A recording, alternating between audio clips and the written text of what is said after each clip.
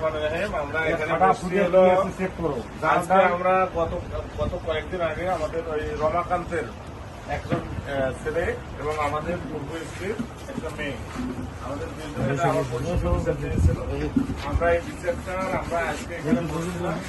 তারা উভয় তারা সংসার করবে না, উভয় মানে ছেলে চাচ্ছে সংসার করতে, মেয়ের কথা যে না তাকে জলায় পোড়ায় অত্যাচার করে, এই কারণে সে আর ওখানে সংসার করবে না। এই কারণে আমরা এখন কি করলাম, যেটা আমাদের করাটা ঠিক নয়, সেটা হলো কি খোলা তালাক কিন্তু করা আমাদের, আমরা একজন জনপ্রতিনিধি, আমাদের করা ঠিক নয়, তারপরও আমাদেরকে করতে হলো বাধ্যতামূলক। এটা আপনাদের কারণেই আমরা কিন্তু করলাম। যাই হোক, আপনারা উভয় পক্ষ শান্তি শৃঙ্খলা রক্ষার্থে কেউ কারোর সাথে তো তর্ক বিতর্ক হয়েছে কি না, যেহেতু আমরা সকলে মিলে আমরা এটা সমাধান করতে পারলাম।